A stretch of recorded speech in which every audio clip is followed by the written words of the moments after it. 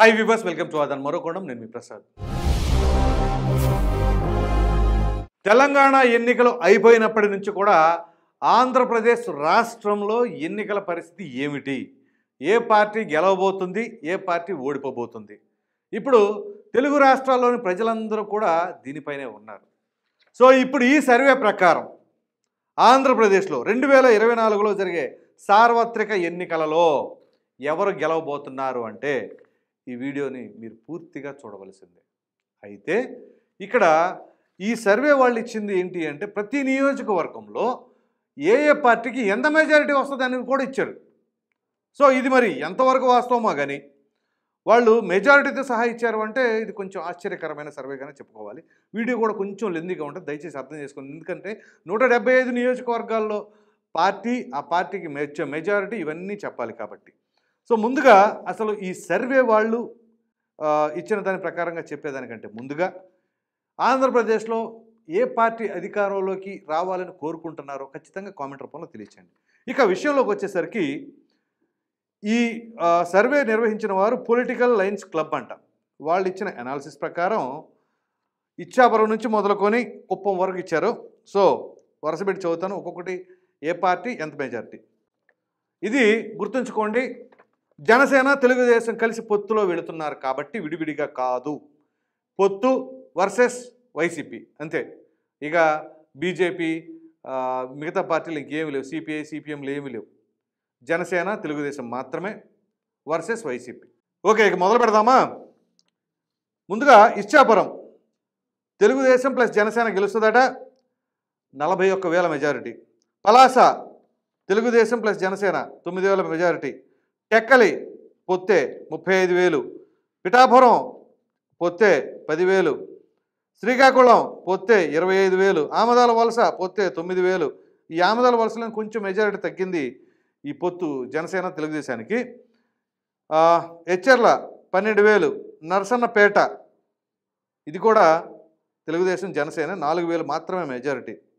Rajam SC నియోజకవర్గం ఇది కూడా పొత్తే 9,000. సో ఇప్పటి వరకు నేను 9 నియోజకవర్గాలు చెప్పాను. ఈ 9 నియోజకవర్గాలు కూడా జనసేన తెలుగుదేశం పొత్తే. ఇక మొట్టమొదటిగా ఖాతా ఓపెన్ చేయబోతుంది వైసీపీ. అది ఎక్కడ అంటే Palakonda ST reserved. So ST reserved నియోజకవర్గం, అది కూడా ఎంత మెజారిటీ అంటే కేవలం 500 మాత్రమే. ఇక దాని తర్వాత కురుపాంలో కూడా వైసీపీ గెలబోతుందట. ఇక్కడ 9,000 మెజారిటీతో గెలబోతుందట. పార్వతీపురం తెలుగుదేశం జనసేన 1000 ఓట్ల మెజారిటీ, చాలా తక్కువ. సాలూరు తెలుగుదేశం జనసేన 2,000. బొబ్బిలి తెలుగుదేశం జనసేన 19,000. చీపురుపల్లి వైసీపీ 1000 ఓట్లు. చీపురుపల్లి అంటే మీకు తెలుసు కదా, బొత్స గారి ప్రభావం. గజపతి నగరం తెలుగుదేశం జనసేన 500 మాత్రమే. నెల్లిమర్ల తెలుగుదేశం జనసేన 3,000. విజయనగరం తెలుగుదేశం జనసేన 22,000. శృంగవరపు కోట తెలుగుదేశం జనసేన 12,000. భీమిలి జనసేన తెలుగుదేశం 45,000. విశాఖపట్నం ఈస్ట్ పొత్తు 67,000. Visakhapatnam south 38,000. Visakhapatnam north 42,000. Visakhapatnam west 35,000. ఇక్కడ ఎవరిదే అని మాత్రం అడగమాకండి, వైసీపీ అయితే మాత్రం వైసీపీ అని స్ట్రెస్ చేస్తా. ఇక మిగిలిన అన్నీ కూడా వైసీపీ కాదని అర్థం చేసుకోండి. Gajuwaka 66,000. Chodavaram 30,000. Madugula YCP 7,000. Araku valley YCP 20,000. Paderu 5,000 Janasena, అదే తెలుగుదేశం జనసేన. అనకాపల్లి తెలుగుదేశం జనసేన 24,000. పెందుర్తి 17,000. యలమంచిలి 37,000. పాయకరావుపేట వైసీపీ 10,000. నర్సీపట్నం 5,000 టీడీపీ జనసేన. తుని 1000 ఓట్లు తెలుగుదేశం జనసేన. ప్రతిపాడు తెలుగుదేశం జనసేన 24,000. పిఠాపురం 38,000. కాకినాడ రూరల్ 55,000. పెద్దాపురం మాత్రం వైసీపీకి చూపిస్తుంది. ఇది కొంచెం ఆలోచించాలి, అది కూడా 5,000. ఎందుకంటే పెద్దాపురంలో గత ఎన్నికలలో వైసీపీ గెలవలేదు. అక్కడ ఇదే మాజీ హోమ్ మినిస్టర్ అయినటువంటి నిమ్మకాయల చినరాజప్ప అంత స్వింగ్లో కూడా తెలుగుదేశం పార్టీ అక్కడ గెలుపొంది. మరి అక్కడ వైసీపీ 5,000తో ఎట్లా గెలుస్తుందో ఓకే సరే. ఇక అనపర్తి వైసీపీ 12,000. కాకినాడ సిటీ తెలుగుదేశం జనసేన 39,000. రామచంద్రపురం 2,000 తెలుగుదేశం జనసేన.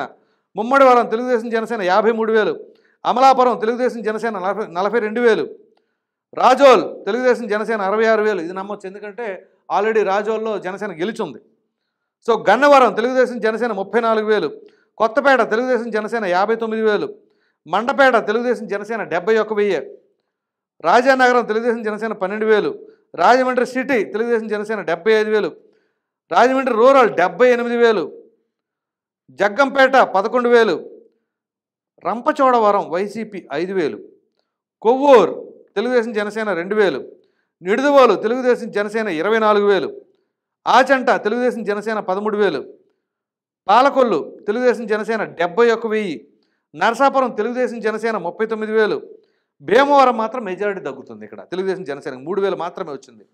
ఉండి తెలుగుదేశం జనసేన 32,000, తణుకు తెలుగుదేశం జనసేన 2,000, తాడేపల్లిగూడెం 3,000, ఉంగుటూరు 10,000, దెందులూరు 13,000, ఏలూరు 3,000, గోపాలపురం మాత్రం వైసీపీకి ఉన్నది 3,000, తర్వాత పోలవరం 5,000, చింతలపూడి 4,000, తిరువూరు 3,000, నూజివీడు 1,000, గన్నవరం 29,000, గుడివాడ వైసీపీ 1,000 కొడాల నాని గారిది 1,000 ఓట్ల మెజారిటీ, కైకలూరు 24,000, పెడన 37,000, మచిలీపట్నం 33,000, అవినిగడ్డ 30,000, పామర్రు మాత్రం వైసీపీకి ఇచ్చారు 10,000.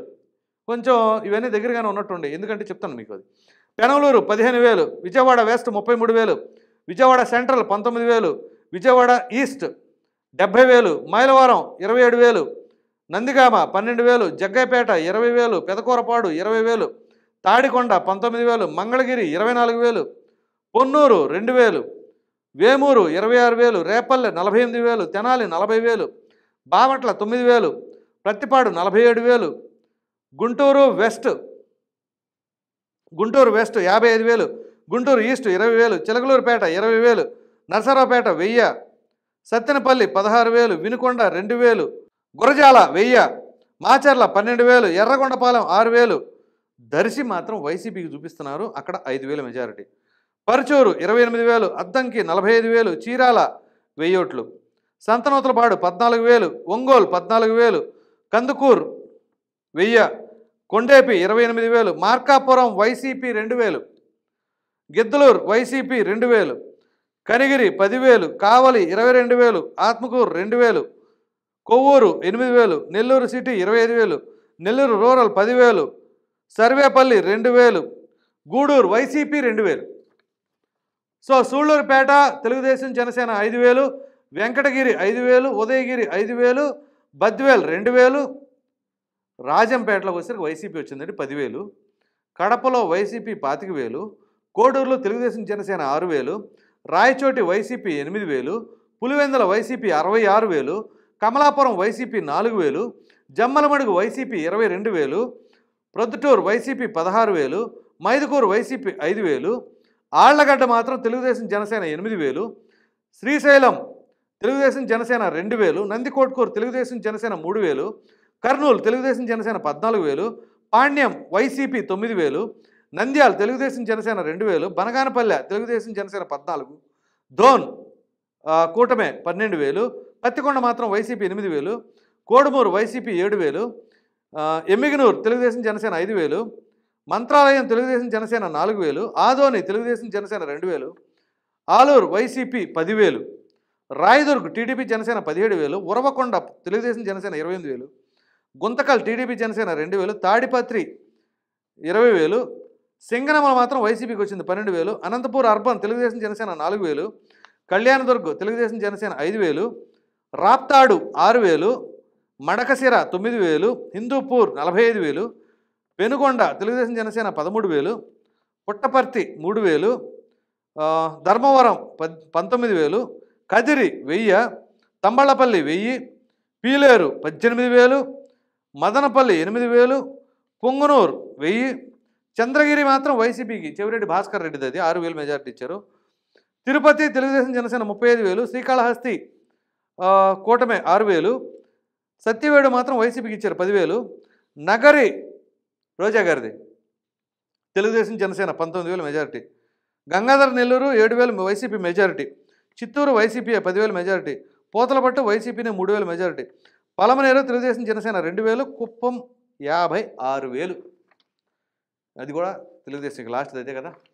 ఇది ఈ 75 నియోజకవర్గాలు ఏ పార్టీకి లేదా ఏ కూటమికి ఎన్ని వేల మెజారిటీ వస్తుంది అని చెప్పేసి ఈ యొక్క పొలిటికల్ లైన్స్ క్లబ్ వాళ్ళు ఇచ్చిన సర్వే రిపోర్టు. సో ఇక్కడ మనం మాట్లాడుకోవాల్సి వస్తే ఏంటి అంటే ఇవి కొంచెం జిల్లాల వారీగా మనం కొంత పరిశీలించినట్లయితే కొంచెం వాస్తవానికి దగ్గరగానే అనిపిస్తుంది. ఎందుకంటే తెనాలి కావచ్చు, అదే కృష్ణా జిల్లాలో విజయవాడ ఈస్టు సెంట్రల్, అదేవిధంగా పామర్రు, మచిలీపట్నం, పెడన వీటిని చూస్తే ఆ ఓటింగ్ శాతం ఎలా ఉంటుంది సామాజిక వర్గాల పరంగా, మరి జనసేన తెలుగుదేశం కలిస్తే ఏ విధంగా మారబోతుంది, అదేవిధంగా ఉమ్మడి ఉభయ గోదావరి జిల్లాలో కావచ్చు, విశాఖ ఉత్తరాంధ్రలో కావచ్చు. సో ఇక తర్వాత మనం కింద కనుక చూసినట్లయితే ఈ రాయలసీమలో కూడా వైసీపీకి ప్రభావం ఎక్కువ ఉంటుంది. ఆ విధంగానే వైసీపీకి ప్రభావం ఉన్న చోట వైసీపీకి వచ్చినట్లుగా సీట్లు చూపించారు. సో మొత్తం మీద ఇక్కడ మనకి అర్థం చేసుకోవాల్సింది ఏంటి అంటే ఇది 100కు 100% వాస్తవం అని ఎవరు చెప్పట్లా, కానీ గెలిచే అవకాశాలు ఉన్నాయని చెప్పేసి వాళ్ళు ఇచ్చిన దాని ప్రకారం మనం అర్థం చేసుకోవాలి. సో ఇక్కడ పామరు నియోజకవర్గం కృష్ణా జిల్లాలో కనుక తీసుకున్నట్లయితే వైసీపీకి మంచి పట్టున్న నియోజకవర్గం అది. ఏ పార్టీ గాలి ఉన్నా ఏ పార్టీ అధికారంలో ఉన్నా కానీ అక్కడ వైసీపీ గెలుపొంది, గతంలో కాంగ్రెస్ గెలుపొందింది. సో అక్కడ మంచి పట్టు అయితే ఉంది వైసీపీకి, కొంచెం అది ఎస్సీ రిజర్వ్ నియోజకవర్గం. సో ఈ నేపథ్యంలో అక్కడ కొంచెం బలం ఎక్కువ ఉంది. సో అదేవిధంగా ఇక్కడ వాళ్ళు 10,000 మెజారిటీ చూపించారు. సో అట్లా ఇక్కడ చూసినట్లయితే మనం ఈ సర్వేని బట్టి కొంతవరకు దగ్గరగా ఉన్నాయని కూడా అనుకోవడానికి అవకాశం ఉంది. అయితే ఇప్పుడు ఈ మొత్తం 175 నియోజకవర్గాల్లో వీళ్ళ సర్వేని బట్టి మనం అర్థం చేసుకోవాల్సింది ఏంటి అంటే 175 కాను జనసేన తెలుగుదేశానికి 141 స్థానాలు గెలవడానికి అవకాశం ఉంది. వైసీపీకి కేవలం 34 స్థానాలు మాత్రమే వస్తున్నాయి. అయితే ఇందులో కొన్ని స్వల్ప మెజారిటీ 500, 1000 లోపు ఉన్నాయి. ఒక 20 దాకా ఆ పార్టీ వాళ్ళకి ఈ పార్టీ వాళ్ళకి ఉన్నాయి. సరే, ఇప్పుడు ఏదైతే ఈ ఫిగర్ ఉందో 34, దీనికి ఒక 20 ప్లస్ చేసుకున్నా 54 అవుతాయి. ఒకవేళ మైనస్ అయితే ఒక 5-6 మైనస్ అవుతాయి. అప్పుడు 30 కంటే తక్కువే ఉంటాయి, అట్లా వస్తుంది. సో ఇప్పుడు ఈ 141కి ఒక 20 మైనస్ వేసుకున్నా 121 అవుతుంది. ఒకవేళ ఒక 5 ప్లస్ చేసుకుంటే 147, లేదా 10 ప్లస్ చేసుకుంటే 151. అంటే మన ఇష్టం వచ్చినట్టు వేసుకోవడం అని కాదు, కానీ వాళ్ళు ఇచ్చిన ఫిగర్కి ఆ మార్జిన్కి దగ్గరగా ఉన్నదాన్ని బట్టి కొంచెం అటు ఇటుగా వేసుకున్నా సరే ఇక్కడ జనసేన తెలుగుదేశం కూటమికి వచ్చిన ఇబ్బంది ఏమీ లేదు అన్నట్లుగా ఈ సర్వేని బట్టి మనం అర్థం చేసుకోవాల్సి ఉంది. మరి చూద్దాం ఈ సర్వే తర్వాత ఇంక ఎన్ని సర్వేలు వస్తాయో వాటిల్లో ఏ విధంగా ఉంటుందో. అఫ్కోర్స్ టైమ్స్ నౌ వాళ్ళు ఇస్తారు, వాళ్ళు నెలకు సర్వే రిలీజ్ చేస్తూ ఉంటారు.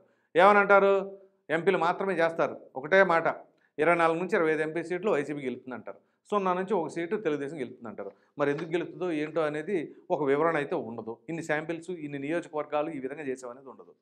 సో మొత్తం మీద ఇక్కడ కనుక మనం గమనించినట్లయితే మరి ఈ యొక్క పొలిటికల్ లైన్స్ క్లబ్ అనాలిసిస్ వాళ్ళ ప్రకారంగా ప్రీపోల్ ప్రిడిక్షన్స్ అన్నమాట ఇవన్నీ. దీనిని బట్టి 140 స్థానాల పైమాటే జనసేన తెలుగుదేశం అని చెప్పేసి వాళ్ళు ఇస్తున్నారు. ఈ వీడియో కనుక మీకు నచ్చినట్లయితే లైక్ చేయండి, షేర్ చేయండి. అదేవిధంగా ఈ సర్వే ప్రకారంగా వాళ్ళు ఇచ్చిన రిపోర్ట్ను బట్టి చూస్తే జనసేన తెలుగుదేశం కూటమికి 140 స్థానాల పైమాట అన్నదానిపైన మీ విలువైన అభిప్రాయాన్ని కామెంట్ రూపంలో ఖచ్చితంగా తెలియచేయండి. మరిన్ని వీడియోస్ కోసం మన ఆదాన్ ఛానల్ సబ్స్క్రైబ్ చేయడం మాత్రం మర్చిపోకండి. Thank you.